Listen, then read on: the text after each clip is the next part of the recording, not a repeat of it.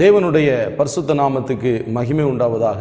ஆண்டவரும் உலக இரட்சகருமாகிய இயேசு கிறிஸ்துவின் இனிதான நாமத்தினாலே உங்களுக்கு எங்களுடைய அன்பின் நல் வாழ்த்துக்கள். இந்த 3வது மாதத்தின் 2வது கர்த்தருடைய நாளிலே கர்த்தருடைய வார்த்தையோடு உங்களை சந்திக்க செய்த ஆண்டவருக்கு மகிமை உண்டாவதாக. ஒவ்வொரு கர்த்தருடைய நாளிலும் அவருடைய வார்த்தையை நம்ம கர்த்தர் கொடுத்து நடத்துகிறார். தொடர்ந்து இந்த நாளில் கர்த்தர் தம்முடைய வார்த்தையை கர்த்தர் கொடுத்திருக்கிறார். நாம் அவருக்கு உண்மையாக இருக்க வேண்டும் என்பதை கர்த்தர் எதிர்பார்த்து தம்முடைய வார்த்தையை கர்த்தர் கொடுத்திருக்கிறார். அந்த உண்மைக்கு எதுவான வழிகளை அறிந்து கொள்ள பரிசுத்த ஆவியானவர் நமக்கு உதவி செய்வாராக. இந்த நாளில் கர்த்தர் கொடுத்த செய்திக்கு ஆதாரமாக தேவன் கொடுத்த வார்த்தை நான் உங்களுக்கு வாசிக்கிறேன். எசேக்கியேல் தீர்க்கதரிசியின் புஸ்தகம் 36ஆம் அதிகாரத்தில் உள்ள 36வது வசனத்தை நான் உங்களுக்கு வாசிக்கிறேன். எசேக்கியேல் 36ஆம் அதிகாரம் 36வது வசனம். கர்த்தராகிய நான் நிர்மூலமானவைகளை கட்டுகிறேன் என்றும் பாழானதை பயிர் நிலமாக்குகிறேன் என்றும் அப்பொழுது உங்களை சுற்றியுள்ள மீதியான ஜாதிகள் அறிந்து கொள்வார்கள். கர்த்தராகிய நான் இதை செய்தேன், இதை சொன்னேன், இதை செய்வேன். கர்த்தராகிய நான் இதை சொன்னேன், இதை செய்வேன். ஜெபம் செய்வோம். பரிசுத்த பிதாவே, இரக்கமுள்ள எங்கள் ஆண்டவரே, பரலோகத்தின் தகப்பனே, ஆசீர்வதிக்கப்பட்ட அருமையான அந்த நல்ல கர்த்தருடைய நாளுக்காக ஸ்தோத்திரம். இந்த காலவெளியில் இந்த திருவாய்மொழிகளை கேட்க எங்கள் எல்லாரும் ஒன்றிணைந்த தயவுக்காக ஸ்தோத்திரம். ஒவ்வொரு நாளும் இந்த வார்த்தையினாலே எங்களை திருப்தியாக்கி நடத்துறீங்க. இந்த நாளிலும் இந்த வார்த்தை கொண்டு எங்களோட பேசும், எங்களோட இடைபடும், எங்களை திருப்தியாக்கி பலப்படுத்தி ஆசீர்வதிப்பீராக. தயவுள்ள சித்தத்தை எங்களுக்குள்ளே பூரணமாய் ஆழமாக நிறைவேற்றும் நாமத்தை மையப்படுத்துங்க. இயேசுவின் நாமத்தில் வேண்டுகிறோம் பிதாவே, ஆமென். தேவனுடைய பரிசுத்த நாமத்துக்கு மகிமை உண்டாவதாக. நாம் ஆராதிக்கிற தேவன் அவர் சொல்லுகிற வார்த்தையிலே உண்மை உள்ளவர். அவர் சொன்னால் அது நிச்சயமாக அவர் நிறைவேற்றி முடிப்பார். நம்முடைய ஆண்டவர் சொல்லுகிற காரியங்களை நிறைவேற்றி முடிக்க அவரிடத்திலிருந்து மாத்திரமே வல்லமை புறப்படுகிறது. அவருடைய வார்த்தை பிறக்கும் நேரத்தில் கூடவே அவருடைய வல்லமையும் சேர்ந்து பிறந்து அவருடைய வார்த்தையின்படி அந்த காரியத்தை நிறைவேற்றி முடிக்கிறது. இதற்கு சாட்சி நாம் வாழ்கிற இந்த உலகம்தான். இந்த உலகத்தை ஆண்டவர் 5 நாட்களில் ஒழுங்குபடுத்தி அதை சிருஷ்டித்து உருவாக்கி அதை எல்லாவற்றையும் சரிபடுத்தினார். இந்த காலவேளையில் கர்த்தருடைய ஆவியானவர் நமக்கு சொல்லுகிற வார்த்தை, நான் சொன்னேன், இதை செய்வேன். கர்த்தர் என்ன சொல்லுகிறார்? நான் கட்டுவேன், நான் உங்களை செழிப்பாக்குவேன் என்று ஆண்டவர் சொல்லுகிறார். இந்த காலவெளியில் இந்த வார்த்தையை இஸ்ரவேல் மக்களுக்கு எசேக்கியேல் தீர்க்கதரிசி வழியாக கர்த்தர் சொன்ன வசனத்தை நாம் வாசித்தோம். ஆனால் இதே வார்த்தை கர்த்தர் இந்த நாளிலே நமக்கும் கர்த்தர் கொடுக்கிறார். நம்முடைய வாழ்க்கையை மீண்டும் கட்ட விரும்புகிறார். அவர் நம்முடைய வாழ்க்கையை செழிப்பாக்க விரும்பிதான் இந்த வார்த்தைகளை கர்த்தர் நமக்கு கொடுத்திருக்கிறார். இஸ்ரவேல் மக்களுக்கு தேவன் இந்த வார்த்தையை சொல்லும் பொழுது அவர்கள் இனி நமக்கு எதிர்காலமே இல்லை என்கிறதான மனநிலை இருந்தாங்க. அவர்கள் வாழ்ந்த தேசம் முற்றிலுமாக அழிக்கப்பட்டிருந்தது. அவருடைய விளைநிலங்களாம் பாழாக்கப்பட்டிருந்தது. பாழாய் போன அந்த நிலங்களை நான் மீண்டும் செழிப்பாக்குவேன், இடிந்து போன உங்களுடைய வாழ்க்கையை நான் மீண்டும் கட்டுவேன் என்று ஆண்டவர் வாக்கு கொடுக்கிறார். வாக்கு கொடுத்ததோடு நின்றுவில்லாமல் ஆண்டவர் இன்னொரு காரியம் சொல்கிறார், நான் இதை சொன்னேன், இதை நிச்சயமாக நிறைவேற்றுவேன். மனிதரால் சொல்லப்படுகிற அநேக வார்த்தைகள் நமக்கு நிறைவேறுவது இல்லை. ஏன்? உலகத்தில் உள்ள சில ராஜ்யங்கள் சொல்லுகிற வார்த்தை கூட அந்த ராஜ்யங்கள் நிறைவேற்றி முடிக்க முடியவில்லை. ஆனால் தேவன் தம்முடைய வார்த்தை சொல்லி அவர் நிறைவேற்றி முடிக்கிறார். மார்க் எழுதின சுவிசேஷத்தில் 13ஆம் அதிகாரம் 31வது வசனத்தில் இயேசு சொல்லுகிறார், வானமும் பூமியும் ஒளிந்து போகும், என்னுடைய வார்த்தைகள் ஒரு நாள் ஒளிந்து போகாது. ஆம், ஆண்டவராய் இயேசு கிறிஸ்து சொன்ன வார்த்தைகள் ஒரு நாளும் ஆண்டவர் தரையில் விழுந்து போவதற்கு அவர் விட்டுவிடுகிற தேவன் அல்ல. 1 சாமுவேல் 3ஆம் அதிகாரம் 19வது வசனத்தில் சாமுவேல் வளர்ந்தான், ஆனால் தேவன் அடுத்து சொன்ன வார்த்தை ஒன்றும் நிறைவேறாமல் தவறி போகவில்லை, ஒன்றுமே அவர் விட்டுவிடலை, எல்லாவற்றையும் கர்த்தர் நிறைவேற்றி முடித்தார். சாமுவேல் சிறுவனாக இருந்தபொழுது உரைக்கப்பட்ட வார்த்தை அவன் பெரியவனாக வளர்ந்தபோது அது மறுக்கப்படவில்லை. சிறுவனாக இருந்தபோது கர்த்தர் என்ன சொன்னாரோ அதை அப்படியே சாமுவேல் வளர வளர கர்த்தருடைய வார்த்தையும் வளர்ந்து நிறைவேறியது. பிரியமானவர்களே, நம்முடைய ஆண்டவர் எவ்வளவு உண்மையுள்ளவர்! அவர் தம்முடைய வார்த்தையிலே உண்மையுள்ள தேவனாக இருக்கிறார். அது மட்டுமல்ல, சாமுவேல் வளர்ந்ததோடு தேவனுடைய வார்த்தையும் வளர்ந்து மட்டுமல்ல, ஆபிரகாமுக்கு 75 வயதில் கொடுத்த வாக்குத்தத்தத்தை அவனுடைய 100வது வயதில் கர்த்தர் நிறைவேற்றி வாக்குத்தத்தத்தின் மகனாகி ஈசாக்கை கர்த்தர் கொடுக்கிறார்.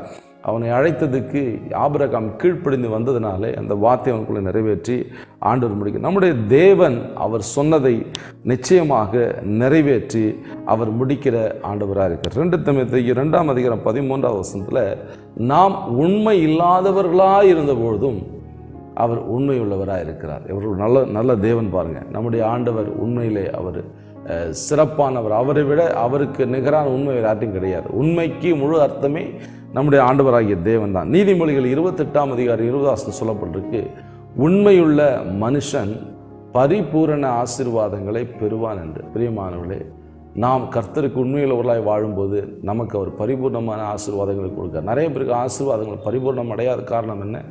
உண்மை இல்லாத வாழ்க்கை. எல்லாவற்றிலும் நாம் உண்மையுள்ளவர்களாக இருக்கும்போது நிச்சயமாக பரிபூர்ணமான ஆசீர்வாதங்களை பெற்றுக்கொள்வோம் என்பதில் எந்த விதமான சந்தேகம் இல்லை. நம்முடைய ஆண்டவர் சொன்னதை செய்து முடிக்க அவர் உண்மையும் நீதியும் உள்ளவராக இருக்கிறது போல, அவர் சொன்ன வார்த்தை நமக்குள்ளே நிறைவேற வேண்டும் என்று சொன்னால் அந்த உண்மையுள்ள தேவன் நம்மிடத்திலேயும் உண்மையை எதிர்பார்க்கிறார். தேவன் நம்மிடத்திலே அவருடைய ஜனமாகி அவருடைய சபையிலே தேவன் எதிர்பார்க்கிற உண்மை என்ன என்பதுதான் இந்த நாளிலே கர்த்தருடைய செய்தியாக கர்த்தர் கொடுத்திருக்கிறார்.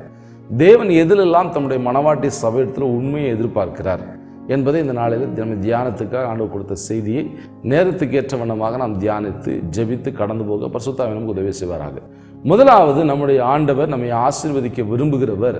நமக்கு நம்மிடத்தில் எதிர்பார்க்கிற உண்மை என்னவென்று சொன்னால், அவர் எதிர்பார்க்கிற முதலாவது உண்மை, உள்ளத்தில் உண்மை இருக்க தேவன் விரும்புகிறார். சங்கீதங்களின் புஸ்தகம் 51ஆம் சங்கீதம் 6வது வாசைன்னா, உள்ளத்திலே உண்மை இருக்க நீர் விரும்புகிறீர், அந்தகரணத்தில் ஞானத்தை எனக்கு தெரியப்படுத்துவீர் என்று சங்கீதக்காரனாகிய தாவீது அழகாக அந்த சங்கீதத்தை எழுதுகிறார். பத்சேபாளிடத்தில் பாவத்தில் விழுந்த பின்பு ஆண்டவர் நாத்தான் விலை கொண்டு உணர்த்தின பின்பு அவன் தன்னுடைய பாவத்தை எல்லாம் அறிக்கையிட்டு எழுதின சங்கீதம் தான் இந்த 51வது சங்கீதம். பாவ அறிக்கையின் சங்கீதம், பரிசுத்தத்துக்கு நேராக வழிநடத்துகிற சங்கீதம், பாவ உணர்வடைய செய்கிறதான சங்கீதம். நாம் யார், நம்முடைய பின்னணி என்ன என்பதை உணர்த்தி நம்மை தேவனிடத்தில் மண்டியிட்டு மன்னிப்பை கேட்க வைத்து அவர் கொடுக்கிற பரிசுத்தத்தை பெற்றுக்கொள்வதற்கு வழிகாட்டுகிற சங்கீதம் தான் இந்த 51வது சங்கீதம். இந்த சங்கீதத்தில் தாவீது சொல்கிறார், உள்ளத்தில் உண்மை இருக்க விரும்புகிறீர். உள்ளத்தில் உண்மை இருந்தால் தேவன் நமக்கு பரலோக ஞானத்தை கர்த்தர் கொடுப்பார். உள்ளத்தில் உண்மையை இழந்த தாவீது உலக ஞானத்தினாலே பாவம் செய்து அந்த பாவத்தை மறைப்பதற்கு உலக ஞானத்தை பயன்படுத்தி சாபத்தின் மேல் சாபத்தையும் அவன் சம்பாதித்து கூட அதனுடைய விளைவையும் அவன் மூடுவதற்கு முன்பதாக அதை பார்த்து அவன் அனுபவித்ததை நாம் வேதத்தில் வாசிக்க முடியும். பிரியமானவர்களே, இந்த கால வேளையில் கர்த்தர் நமக்கு சொல்கிற முக்கியமான காரியம், பரலோகத்தின் ஞானம் நம்மை வழிநடத்த வேண்டும் என்று சொன்னால், பரலோகத்திலிருந்து இறங்கி வந்த ஞானமாகிய இயேசு அவர் கொடுத்த பரிசுத்த ஆவியானவர் நம்மை வழிநடத்த வேண்டும் என்று சொன்னால் நம்முடைய உள்ளத்தில் உண்மை இருக்க வேண்டும் என்பதை கர்த்தர் எதிர்பார்க்கிறார். உள்ளத்துக்குள்ளே உண்மையை நிலைநாட்ட ஆவியான விரும்பி இந்த காலம் இந்த வார்த்தைகள் நமக்கு கொடுக்கிறார். தானியேலுக்கு இருந்த உண்மை, ஜெபத்திலே அவனுக்கு இருந்த உண்மை, அவன் ராஜாவுக்கு முன்பாக உண்மையாய் நடந்து கொண்டது, தேவனுக்கு உண்மையாக நடந்து கொண்டது, சிங்கங்களின் வாய்க்கு அவனை தப்புவித்தது. நம்மை சுற்றிலும் சிங்கம் போல மனிதர்கள் இருந்தாலும் தேவன் நமக்கு கொடுக்கிற காரியத்தில் நாம் உண்மையாய் செயல்படும் போது நிச்சயமாக கர்த்தர் நம்முடைய வாழ்க்கையிலே அற்புதமான காரியங்களை பார்க்க கர்த்தர் அனுக்கிரகம் பண்ணுகிறார். நாம் நம்முடைய இருதயத்தில் உண்மையை காத்துக்கொள்ள கர்த்தருடைய ஆவியானவர் உதவி செய்வாராக. ஆதியாகமம் 41ஆம் அதிகாரம் 16வது வசனத்தில், சிறைச்சாலையிலிருந்து விடுவிக்கப்பட்ட எகிப்தியனாகிய அந்த மனிதனத்தில் கர்த்தர் அவனுக்கு சிறைச்சாலை விடுவிக்கப்பட்டிருந்தாலும் எகிப்தில் ஏராளமான மனிதர்கள் மத்தியில் யோசேப்பு உண்மையை காத்து கொண்டான். எல்லா நிலையிலும் உண்மையை காத்து கொண்ட யோசேப்புடைய வாழ்க்கையிலே கர்த்தர் பெரிய அற்புதங்களை செய்வதை நாம் பார்க்கிறோம். ஞானத்தில் பல விதங்கள் உண்டு. உலக ஞானம் இருக்கிறது, பேய்த்தனத்துக்கு அடுத்த ஞானம் உண்டு, சாதுரியமான ஞானம் உண்டு. ஆனால் தேவன் கொடுக்கிறதான ஞானம் எங்கே ஆரம்பிக்கிறது? தேவன் கர்த்தர் உள்ளத்தில் உண்மை இருக்க மக்களுக்கு கர்த்தர் அந்தகரணத்தின் ஞானத்தை தெரியப்படுத்தார் சங்கீதத்தில் வாசித்தோம். ஆனால் நீதிமொழிகளில் வாசிக்கும் போது ஞானம் எங்கே ஆரம்பிக்கிறதுன்னு சொன்னால் கர்த்தருக்கு பயப்படுகிறதான பயத்திலே ஆரம்பிக்கிறது. நாம் கர்த்தருக்கு பயப்படும் போது அங்கே தான் ஞானத்தை கர்த்தர் ஆரம்பித்து நமக்கு கொடுக்கிறார். கர்த்தருக்கு பயப்படுகிறவனுக்கு பரலோக ஞானம் உண்டு. உள்ளத்திலே உண்மையை காத்துக்கொள்வோம். பரலோக ஞானத்தை பெற்று தேவனுக்காக பிரகாசிக்க கர்த்தர் உங்களுக்கு உதவி செய்வாராக. இரண்டாவது, நம்முடைய ஆண்டவர் நம்மிடத்தில் எதிர்பார்க்கிற உண்மை எதுவென்று சொன்னால் செய்கையிலே உண்மை. 2 நாளாகமத்தின் புஸ்தகத்தில் 31ஆம் அதிகாரம் 20 மற்றும் 21 வசனங்களை வாசிக்கும் போது அந்த இடத்துல எசேக்கியா தன்னுடைய எல்லா செய்கையிலும் அவன் உண்மையுள்ளவனாக இருந்தான். அவனுடைய செய்கை கர்த்தருக்கு அடுத்த எல்லா காரியத்திலும் அவன் உண்மையுள்ளவனாக இருந்ததை கர்த்தர் பார்த்தார். கர்த்தர் அவன் செய்கிறதெல்லாம் வாய்க்க செய்தார். பிரியமானவர்களே, நம்முடைய செய்கையில் உண்மை கர்த்தர் எதிர்பார்க்கிறார். நம்முடைய தொழிலில் உண்மை, நமக்கு கொடுக்கப்பட்ட சின்ன வியாபாரமாக இருந்தாலும், சின்ன வேலையாக இருந்தாலும், அது சிறிய ஆரம்பமாக இருந்தாலும், அதில் உண்மையுள்ள தேவன் உண்மையை எதிர்பார்க்கிறார். அந்த உண்மைதான் உங்களை பலத்த பெருக்கத்துக்கு நேராக உங்களை கொண்டு போகும். ஆபிரகாம் சீமானாய் மாறினதுக்கு காரணம் என்ன? அவன் மெல்கிசேதேக்குக்கு அவன் கொடுத்த தசம பாகம். தேவன் அவனுக்கு கொடுத்ததுல அவன் உண்மையாக தசம பாகத்தை கொடுத்தான். தசம பாகத்தை கொடுத்த அநேக சத்தியங்கள் நாம் போதிக்கப்பட்டிருந்தாலும் இன்னும் அநேகர் கேள்வி அப்பெல்லாம் கொடுத்து தான் ஆகணுமா, அது பழைய ஏற்பாட்டின் காலம் அப்படி இப்படின்னு சொல்கிறாங்க. எது எப்படி சொன்னாலும் இப்படி செஞ்சாதான் இது வரைக்கும் ஆசீர்வாதத்தை ஜனங்க எதிர்பார்த்து ஆசீர்வதிக்கப்பட்டிருக்கிறாங்க. இது வரைக்கும் நாம் வந்த தலைமுறை எல்லாரும் சொல்லுகிற முக்கியமான காரியம், தசம பாகத்தில் உண்மையாக இருக்கும்போது நாம் நம்முடைய வாழ்க்கையில் பூரணமான ஆசீர்வாதங்களை அனுபவிப்போம். அதை அனுபவித்தவர்கள் தன்னுடைய அனுபவ ரீதியாக சொன்னதை இந்த காலவெளியில் ஆவியை நமக்கு ஞாபகப்படுத்துகிறார். நீங்களும் இதில் உண்மையாக இருந்து பாருங்கள், நிச்சயமாக பூரணமான ஆசீர்வாதங்களை அனுபவிப்பீங்க. நம்முடைய செய்கையிலே உண்மை மிக மிக அவசியம். அப்போஸ்தலர் நடபடிகள் 5ஆம் அதிகாரத்தில் அனனியா சப்பிரால் என்பவர்கள் தங்கள் காணியாட்சியை விற்றார்கள். யாரும் அவர்கள் கேட்கவில்லை. அவர்களாகவே போய் அப்போஸ்தலருடைய பாதத்தில் வைக்க நேர்ந்து கொண்டு பாதியை மாத்திரம் வைத்து மீதியை வஞ்சித்து வைத்தார்கள். அந்த இடத்துல கர்த்தருடைய அப்போஸ்தலனாகிய பேதுரு கேட்ட கேள்விக்கு அவர்கள் பொய் சொன்னதினாலே அவருடைய வாழ்க்கையில் மிகப்பெரிய அழிவை, மரணத்தை அவர்கள் சந்தித்தார்கள்.